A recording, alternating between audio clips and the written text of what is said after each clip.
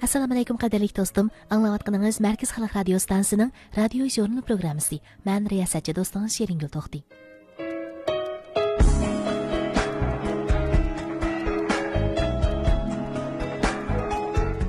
Do'stim, balkim yadingizda bo'lsa kerak, biz tunugungi radio jurnal programmamizda Rahmanjon Rusul Sultonining Ishki o'g'il mavzuliq hikoyasining oldin qismini anglatgandik. Qizining holiga chidamagan ana to'yga dadining roziligini olish uchun chiqib ketdi. Jahil dada bu to'yga qo'shilami? Bu bir jup yoshning keyingi taqdiri qanday bo'la? Diqqatingiz davomli bugungi radio jurnal programmamizga o'rnashtirilgan Rahmanjon Rusul Sultonining Ishki o'g'il mavzuliq hikoyasining davomida bo'lsin.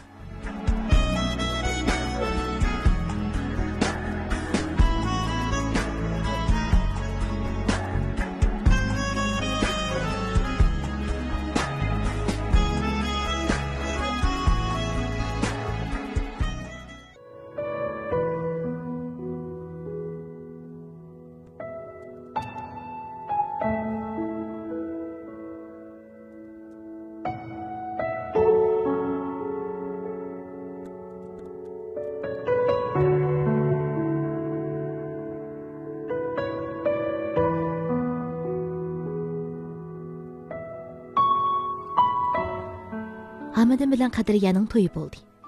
To'y bo'lgandimi, ajoyib dag'dug'liq bo'ldi. Naqshi musiqalar avjiga chiqdi. To'y qatnashganlarning hammasi xushal. Ammo Hamidin, Qadriya, Qodir, ayni saxalla buningdan mustasno. Hatto Hamidinning ota-onasi bu to'ydan bexabar. Ularning to'yi muhabbatning sehri kuchi bilan, 2 yoshning samimiyligining qudrati bilan bo'ldi. Aslida ularning samimiyligi muhabbatning guli toji edi. O 2 yoshning qalbiga go'zallik ato qila olsa, ko'ngillarga oqliq va soflik beg'ishlay olsa, ularning e'tiqodini texmi julanlantira olsa, eng xolis beg'ishlash va taqdim qilish ruhini namoyon qila olsa, 2 yoshning hayotini nurlantirib, baxt gulzorligini gul chechakka purkiy olsa, ulug' boyliqqa aylana oladi. Bir-birini chambarchas bog'lab tura oladi. Ammo mol dunyoni hammadan a'lo bildigan Qodirga undaq tuyulmadi. Jenidan aziz ko'rdigan yemay yedirib, kiymay kaydirib baqqan bir tal qizdan mol dunyoni atvo bilib, hiliqi shartlardan voz kechamadi. Muhabbatning sehri kuchi Hamidni hamma shartlarga qo'shilg'izib, 2 o'g'il bo'lib kirishga majbur qildi. Hatto uni beqib cho'nqigan, yo'qsizlikning qiyin qistoqlariga bardoshlik berib, oliy maktabgacha o'qitib, qator qo'shgan. Farzand qo'yda 1000 o'lib, 1000 tirilgan ota-onasiga xabar qilmaslikka yurak ichidi. Kun, oyni ay yilni qo'g'lab karvondek o'tmoqda. Qodirning korxonasi 2 o'g'ilning Qadriyaga bo'lgan shaxsiyatsiz muhabbatining kuch-qudratida kundan-kunga ro'naq topdi. Mana Hamidin bilan Qadriyaning muhabbatining shohidi bo'lgan varisjon yo'riq dunyoga ko'z ochqili 1 yildan oshgan bo'lsa-mu, ularning noposi ayirib berilmay, Qodirning noposiga oldirildi. Nemishqidu uydagilarning hammasi varisjonni varis Qodir deb chaqiradi.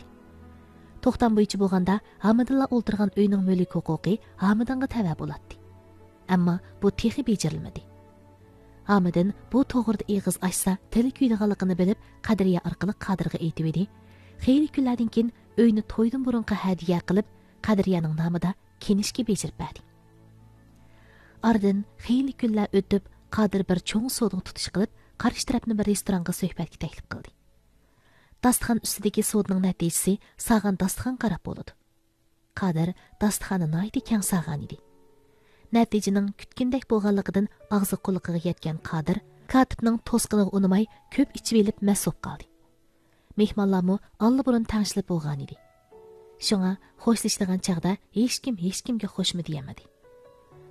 Qodir bugungi sodisning o'ngishli bo'lganligidan xo'shalmi yoki sharobning kuchidanmi? Pikapning o'ynalg'usidan yangragan yashayli biz degan naqshig'ingshig'inicha suratni tezlib ketyotdi. U cho'ng yo'ldan dachisiga boradigan ko'chaga qayrildi. Kech soat 12 dan oshgan bo'lib, ko'chada mashina tugul, piyodalarni ko'rinmaydi. U suratni tezlatdi. Pikapning kuchli chiroq nuri yo'l yuzini kunduzdek yo'rtayotgan bo'lib, pikap oldidan chashqan o'simi aniq ko'gili bo'ladi. Dachi yo'lning ikki tarafida yana bir qancha xalta ko'cha bor bo'lib, xalta ko'chalarga qizil melangizlik aroq do'konlari o'rnashtirilgandi. Pikapning surat ko'rsatkichi 100 kilometrni ko'zitib ketayotgan bo'lsa-mu, Qodir xuddi kamerasining suratidan asta belinib, mayga tasvidi, surat ko'rsatkichi 120 ni ko'rsatdi. u yana 200 necha metrdek mangsila dacha rayoniga kiratdi. U ko'zlariga ishonmay qoldi. Xuddi g'ayibdan paydo bo'lgandekla cho'ng yo'lning o'ttirida biri turadi. U rolni urishqimi, tormoz qilishqimi ulgurmadi. Mashina 20 necha metr yerga surilib, nihoyatda taslikda to'xtab, Qodirning maydisi rolga qattiq tegdi. Agar uning yinda odam bo'lgan bo'lsa, allaburun aynakdan uchib chiqib ketgan bo'ladi. Uning masli yeshilib ketdi. U darhol pikapdan tushib, atrofiga odam bor yo'qligiga qaradi. Atrofda insi jin ko'rinmaydi. G'ayibdan paydo bo'lgan u gavda yo'lning o'ttirisida yeli qashqan to'pdak chaplashib qolgan edi. Uning kallasida hozirlik qash degan hukm paydo bo'ldi va darhol pikapni qo'zg'ab, jinini yoqiga oldi. Lekin kechich qarbes uxlayolmadi. Uxlaganda qiladi, biroq minut o'tmayla yilqi yo'lning o'ttirsidagi ko'langa uning yoqisiga esilib saqilni yulatdi. Ya'ni ko'zi ilnishadi-yu, bir necha chayon uning yuz ko'zlariga nashtirni sanjib, vayjonda vaqirg'inicha uyg'onib ketadi. "Nim bo'ladi adisi?" dedi Aynisaxon ansirab. "Sag'in dastxon beka ketgan o'xshamamdi. Ko'ngillarni yerim qilmaslar." Aynisaxon o'llangan lungi bilan Qodirning peshonasidan purildab chiqayotgan tarni surtdi. Qodir javob o'rniga birni olib edi, Aynisaxonning teni shurkinib ketdi. Dachining shimol tarafdagi masjiddan Jamol Mazinning so'zib to'lg'an azon ovozi anglandi. Qodir o'rnidan turib, tozliq uyga kirib ketdi. Uning asyadi oqshom yuz bergan qatnash vaqasida ham yilqi qabohatlik tushdi edi.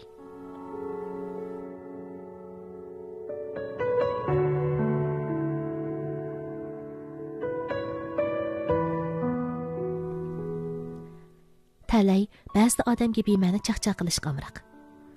Akşam Qodirning tali kelib, bir necha millionlik savdo birdanilib bitgan edi. Ammo salla beparvolik qilib edi, uningga bema'ni chaqchaq qildi. Qodir akşam vaqa bo'lgan joyga berib beqish uchun asta uydan chiqdi. U xeyli yiroqdala u yerga nihoyat ko'p odamning yig'ilganligini ko'rib, yuragi qapsidan chiqib ketadigandak so'qib, to'xtab qoldi. Oldi tarafda bir qancha saqchi mashinasi to'xtab qo'yilgan edi. U murakkab xiyollar ilkida vaqa yuz bergan joy qandoq berib qolganligini bilmadi. Bir qancha qatnash saqchisi naq maydonni suratga tortib atadi. Bir qancha qatnash saqchisi metr ko'tarib olgan bo'lib, naq maydonni qamal qilgan edi. Xeyli ko'p odam qamalning sirtida naq maydonga bo'yindishib qarishyotdi. Qodirmi ixtiyorsiz holda kishilar orasiga qisilib kirib bo'yindab qaradi. Yo'lning o'tirsiga adiyalmu bir narsa yepilgan bo'lib, u qardiyu darhol ko'zni yumib oldi. Uning yuragi qishidikilar anglig'idak so'qib ketdi. Agar u o'zini tutib olmagan bo'lsa, hushidan ketgan bo'ladi. U xiyildan keyin esi kelib, kishilar to'pi orasidan chiqdi. Putlari o'ziga bo'ysunmay har tarafga tayatdi. Kecha Dach ko'chisida biror qatnash vaqasi yuz bergan o'xshamamdi. Kak saqal biraylan Qodirdan so'radi. Shundaqda qiladi, dedi Qodir xo'shaqmagandek so'g'oqqina. Qandaq noahlning ishida u? Shuncha kangir yo'lda mashina avaylab haydamagan. U odam Qodir qaradi. Bu gap xuddi Qodirni ko'rib kelib, qasdan so'ralgandek Qodirning yuragiga jaqqida tegdi. To'plashib olganlarning hammasining og'zida shu gap. 2dan 3dan g'ojmak bo'lib, bir-biridan savol so'raydi. Ba'zilar qiyosan javob beradi. Ba'zilar qazoq uchirg'ichiga ich og'irtadi. Ko'chining janub tarafidan chiqqan yig'i ovozi jamoatning diqqatini tortib, yana g'ulg'ul ko'tarildi. Shig'izara Ujmu ho'yil tarafdan chiqyotdi. Farq ko'ching bo'lmasin yana. Balkim shu bo'lsa kerak. Atidan kashkicha qavoxondan chiqmaydi emasmi? Apla, cho'churdak 5 bolasi bot emasmi? Hay, vaqa chiqagan shopirni qarib esitdi-da. Tuyuqsiz Qodir yuragini tutib, voyjon deginicha vaqirlatdi. Va darhol esini yig'ib, Alloh qizotlik bilan atrofdagilarga qaradi. Sizga bir ish bo'lmaganda Qodirxon, dedi bayam Qodirdan to'liq savol so'ragan kek saqal odam. Yaqay, hech nima bo'lmadi. Qodir gapining oxirini yutib etib, uning savollaridan o'zini qochirgandek qadamini tezlatdi. Jamoat ahvoldan qaraganda Ujmu ho'yli mahallasidan bir aylan qazo qilgan o'xshaydi. Masjidning mazini Sattar qarimning xirildigan ovozi Qodirning xayolini bo'ldi. Ahvoldan qaraganda bomdodga ulgurtamaydigan o'xshaydi. Fatiha o'qib kelaylik. Мәзін yana bir muncha gaplarni qilib edi, Qadirning quliqiga kirmadi.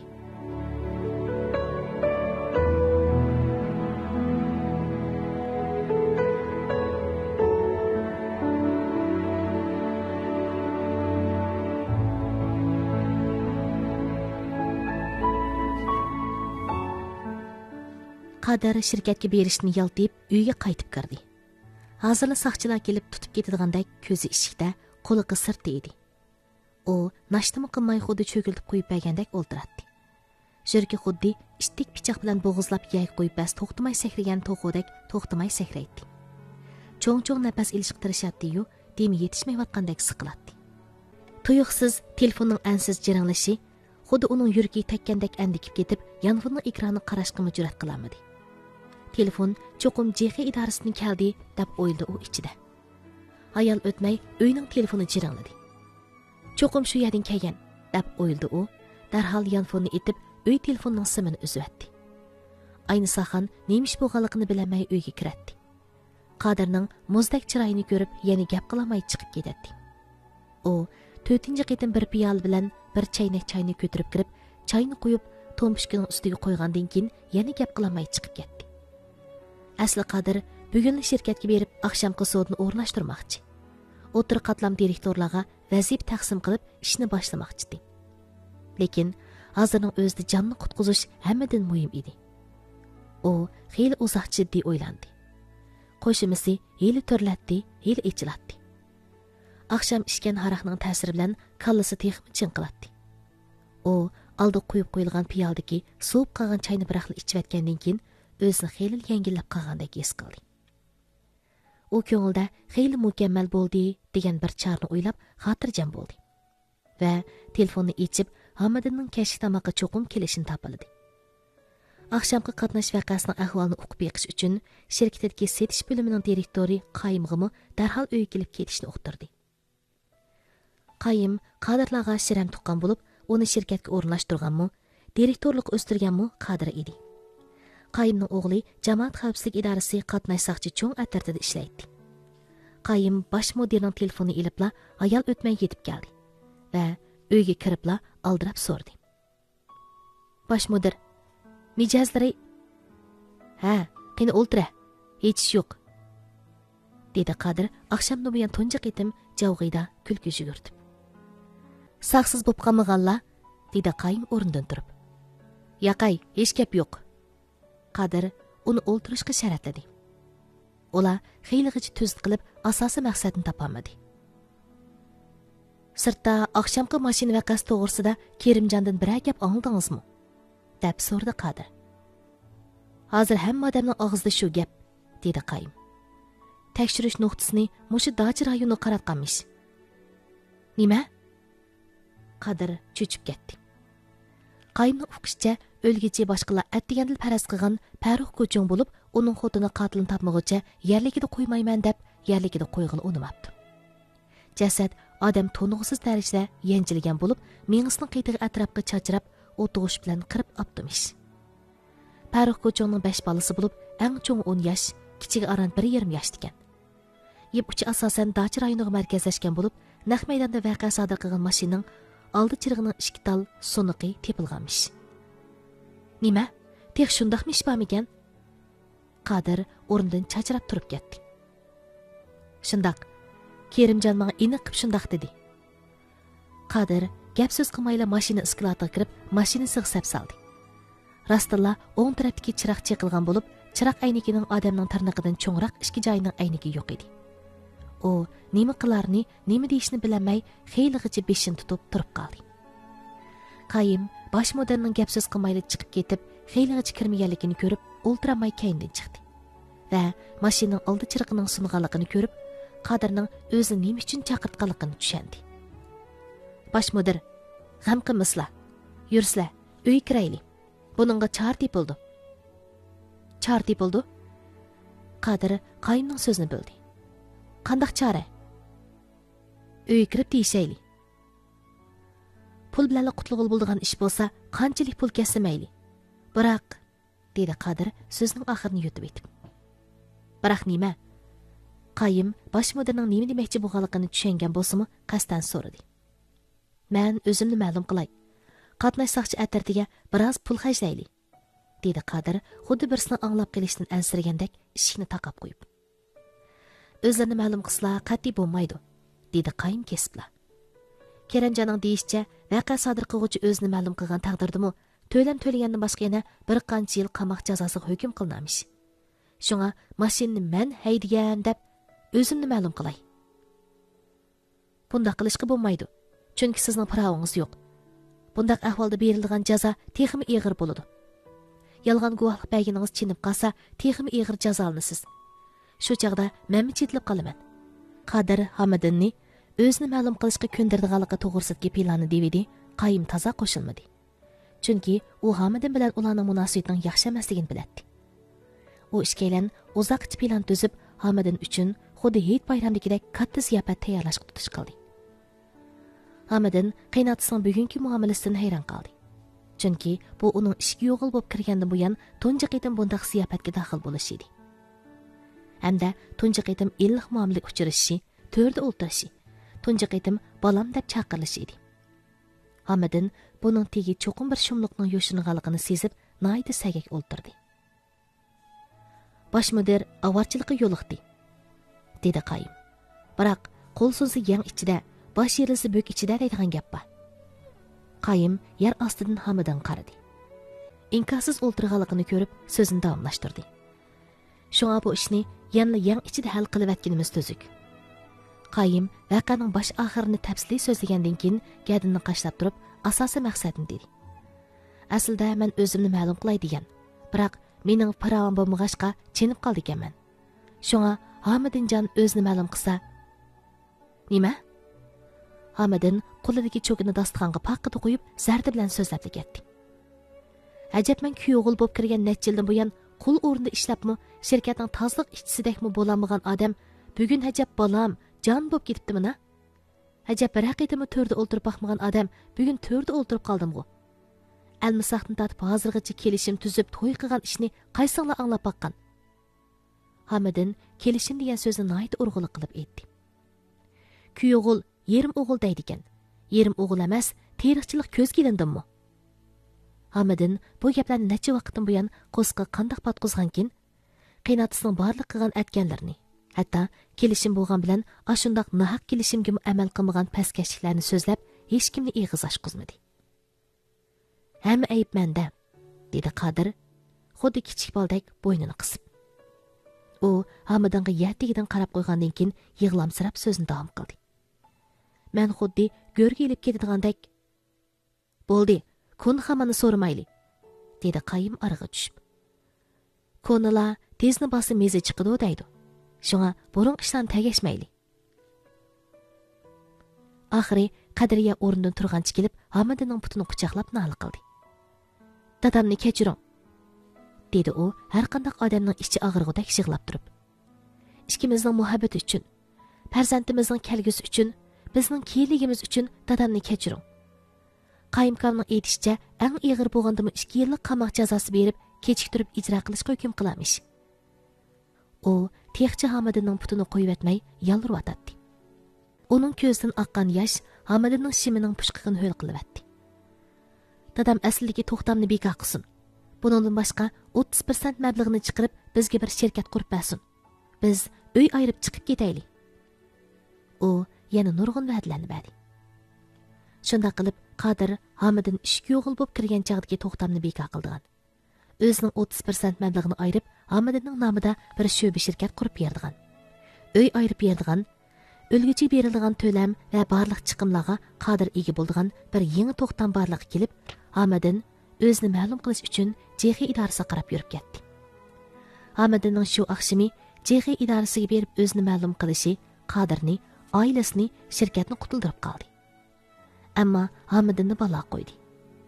Aslida Qadir, Qayim va uning JX idorasi qatnash atrida ishlaydigan o'g'li o'zini ma'lum qilganlarni qo'lga olmaydi deb uni oldigan edi. Hamidin o'zini ma'lum qilgan bo'lsa-mu tutib turildi va 7 kundan keyin taftish mahkamasining tasdig'i bilan rasmiy qo'lga ilindi. Yana texi taftish mahkamasi ayblab sud ochgandan keyin bir gap bo'ldi ekan. Qadir uni kepilga elib chiqish uchun xeyli yo'l mangan bo'lsa-mu, ammo aqtiramadi. Hamidin qo'lga ilingandan keyin pushaymon qilib haqiqiy ahvolni oshkorlashni o'yladi-yu, ammo Qodirning har kun uningga tomoq to'shiganligi hamda shirkatni tizimga oldirib bo'lganligi to'g'risidagi yog'lama gaplarga ishinib, dardini ichiga yutdi. Qodir o'zini balo qazodan qutuldirgan shirkatni, oilasini qo'g'dab qolgan kuyovliga rostli kuyingisi bormi yoki uning qo'sig'ida boshqa jin bormi, turmadagilarni qo'lga keltirib 3 vaqt tomoqni o'zi to'shidi. To'shigandimi o'xshitib etilgan yaxshi tomoqlarni to'shidi. O'lgichining xotini yaqisiga esilib, yuzlariga tukirib, qilmagan askarliklari qilmagan bo'lsa-mu, 7 nazari 40 nazarlar uchun nihoyat ko'p chiqim qildi. Dafni puli, o'lim to'limi va farzandlarni beqish xarajati qatorliq chiqimlar uchun talab qilg'ini berdi. Sotda javobgarning ifodasi yaxshi bo'lib, o'zini ma'lum qilganligi, da'vogarni to'liq rozi qilganlik uchun muddatlik 2 yillik qamoq jazosi berilib, 3 yil kechiktirib ijro qilishga hukm qilinib, shu kunni qo'yib berildi. Garchi Qodir 2 million yuandan ortiq ziyon tortgan bo'lsa-mu, ammo jinini, oilasini, shirkatini saqlab qola olganlik uchun halqiliq payti ko'krak kerib o'tirg'i chiqqan kuyovliga bu ishni bilindirmay yig'ishtirgan qayim va uning qatnash soqchi cho'ng atrofida ishlaydigan o'g'liga qaytadan ziyofat berdi. Ardan bir qancha kun o'tdi. Hamidinning kunlari mehmondek o'tib o'tdi. Ammo Qodir keyingi to'xtam to'g'risida qanday plan so'qiyotganligin hozirgacha eg'iz ochmay o'tdi. Ardan bir qancha kun o'tdi. Qodir shirkatni tizimlatganlik to'g'risidagi savdo sanoatni ma'muriy boshqarish idorasining kenishkisini ko'tarib kelib, Hamidinga tanglab hejaydi. Mana, hamma ishlar bitdi. Endi o'z oldinglarga ish qilsanglar bo'ladi. Hamidin tijorat kenishkisini tafsiliy ko'rdi. Biroq qonuniy vakili degan grafikda Qadiriyaning ismi, tizim oldirilgan mablag'i degan grafikda 1 million yuan, tijorat doirasi degan grafikda setib chiqarish deb yozilgan edi. Hamidin keskin holda, bu nemish? Nemil degan bilan men degan er kishi. Qonuniy vakil men bo'lishim kerak. Yana bir gap, tijorat doirasi degan grafikka setib chiqarish deb yozilibdi. Qaraganda sizning mahsulotingizni setib chiqirdi ekanmiz. Bundaq degicha sen davomliq menga madikor ishlaysan. Sen davomliq mening qo'lim desingiz bo'lmamdi. Dedi Hamidin keskin holda. Bo'ldi, bundaq shirkatning menga lozim yo'q. U chiqib ketish uchun mangdi. Undaq emas, dedi Qodir yana Hamidinning oldini to'sib. Men asli sizning nomingizda tizim oldirmoqchi edim, dedi u. Ammo ularning aytishicha, siz garchi qo'yib berilgan bo'lsangizmi, ammo yana jinoiy jazo o'tayotgan bo'ldi ekansiz. 3 yil degan ko'zni yumib ochqicha o'tib ketadi. Shu chaqda almashtirib olsanglar bo'ldi emasmi? Qodir Hamidin qaytirib bergan tijorat kenishkisini uningga tanladi. 3 yilgacha biz bormi yo'q, butun shirkat sizlarga qolamdi. Buni kim biladi? Vasiyatnomani yozib qo'ydim. Ular tijorat doirasi to'g'risida xeyli talashdi. Biroq Qodir qanday shumliqlarni o'ylagan yog'lama gaplar bilan Hamidin eg'iz ochqizmadi. Hamidin ishki yo'g'liq turmushdan bezor bo'lib, o'z oldiga mustaqil yashamoqchi bo'lib edi, uning xiyollari ko'pikka aylandi. Hamidin o'ylaydi, ichi siqiladi. Ammo zodi qanday ish ekanligini bilmay o'tadi. Bir kuni u avtobus bekitidagi o'rindiqqa kelib uzoqcha o'ltirdi. U nurg'un narsalarni o'yladi. O'ylagan sari xiyol daryosiga texmi cho'nqur cho'kib, qirg'oqni topolmay qoldi. O'ylagan sari uning ideyasidan ishlar o'tmay o'tadi. U asta o'rnidan turib, yo'l bo'ylab oldirmay mangdi. Uning ko'zi shaharlik chexiy idorasi degan viveskaga tushib, necha daqiqa joyi to'xtab qoldi-yu, beshini silkib etib, yo'lni davomlashtirdi. Ammo bir qancha minutdan keyin chexiy idorasining jinoiy ishlar bo'limida paydo bo'ldi. Bir saqchi uning oldiga kelib chas bergandan keyin sipoyilik bilan "Yo'ldosh, yordam kerakmi?" deb so'rdi. "Ha, yo'q", dedi Hamidin to'toqlab. "Kerak yo'q. O'ltirib demingizni elib eling", dedi tajribali saqchi uningdagi benormallikni sezib. "Qani, bu yoqqa kelib o'ltiring." Hamidin ajoyib bir nazar bilan ishxonaga sap soldi. Angacha peshqadam saqchi to'q chaydandan bir stakanga choy quyib, Hamidinga tanladi. Hamidin yaqinqi yillardan buyon o'zini tunji qitim bunday yaxshi muomalaga uchirgandek his qilib, 2 tomchi yosh qizargan ko'zlaridan sirg'ib tushdi. U atigandan buyon nashtsiz bo'lganlik uchun qo'sig'ining oshqanligini, usab ketganligini his qilib, choyni hozir qilib ichdi. Uning yuzlari tatargan, ko'zlari qizarib ketgan edi. "Bira o'ngishsizlik uchirdingizmi?" dedi saqchi, uningdagi benormallikni sezib. "Har qanday ishingiz bo'lsa, tatimay davering", hech bo'lmaganda sizga maslahat bera olishim mumkin. Saqchi Hamidinning qo'ldagi beka bo'lay deb qolgan istakanni ilib, choy to'liqlab, yana Hamidinga tutqizgandan keyin joyiga kelib o'ltirdi. Hamidin ikkinchi istakan choyni ichib bo'lib, saqchi yana choy to'liqlash uchun kelganda istakanni bermay o'rnidan turdi. Rahmat, bo'ldi. U o'rnidan turib maqmoqchi bo'lib edi, saqchi uning oldin to'sdi. Namma hozirla ishdan tushman. Kechki tomoq vaqti bo'lib qopti. Yuring, ozodroq joyni tepib tomoq yeyish mo'ngdishayli. Bo'ldi, rahmat, dedi Hamidin to'diqlab. Uning yuragi illiq bir haroratdan erib ketyotdi. Chiqib ketish uchun mangan Hamidin asli joyiga kelib o'ltirib, birdam o'ylanib olgandan keyin bo'lgan ishlarni hammani to'liq so'zlab, o'zining oilasini muhabbatini qo'g'dab qilish uchun xatolik sodir qilganligini iqror qildi. Ular 2 soatdan ortiq paranglashdi. Saqchi Diloni to'liq xotirlagandan boshqa unag'o'g'i oldi. Oxirida xotirni Hamidinning tafsili ko'rib chiqishiga berib, Hamidin ko'rib bo'lgandan keyin so'rdi. Tushib qolgan yoki deyilmagan gaplar bormi? Yo'q, to'liq bo'pti, dedi Hamidin. Bu Dilodan ayni chaqda bizmi xabar topgan. Lekin siz ayni chaqda ching turganligingiz, qiynatingiz ziyonlanguchun to'liq rozi qilganlik uchun sizga yengil jazo bergan. Saqchi yana Diloni razvid qilish ahvoli jinoiy ishlar atirtining ayni chaqda gumon qilganlarni tatib so'zlab, oxirida qo'shib qo'ydi. Undaq bo'lsa, bu yerga qo'l besib eting. Aloqalish adresingizni to'liq xotirlab oldim. Biz muzokara qilgandan keyin sizga xabarni beramiz. Balkim sizni chaqirtishimiz mumkin. Saqchi Hamidinni cho'ng yo'lgacha o'zitib chiqash hargiz boshqa yerlarda bo'lmasligini topildi. Chexiya idorasi bu ishga jiddiy qarab, Atisla Qodir bilan Hamidinni jinoiy ishlar bo'yicha to'xtatib, barabdek qolmayla Qodirni haroq ichib, mashina haydab, ig'ir qatnash hodisi sodir qilish, pora berish, jinoyatini yo'shirish jinoyati bilan Hamidinni jinoyatchini yo'shirish, yolg'on guvohlik berish jinoyati bilan Qoyimni jinoyatchini yo'shirish, yolg'on guvohlik berish jinoyati bilan qonun bo'yicha qo'lga oldi.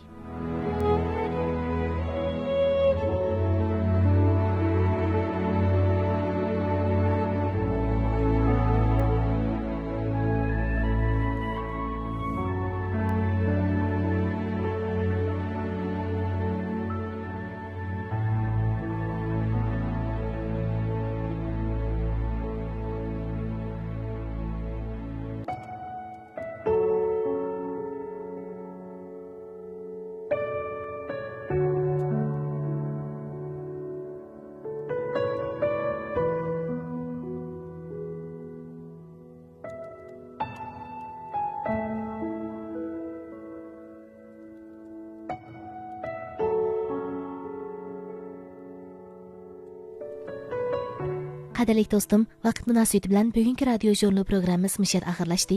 Programmamizning muharriri Gulbahram Muxtar, mas'ul muharriri Adil Ablat, nazoratchisi Nijat Abduqodir. Mikrofon oldida riyosatchi do'stingiz Sheringul To'xti. Xayr do'stim, omon bo'lg'aysiz.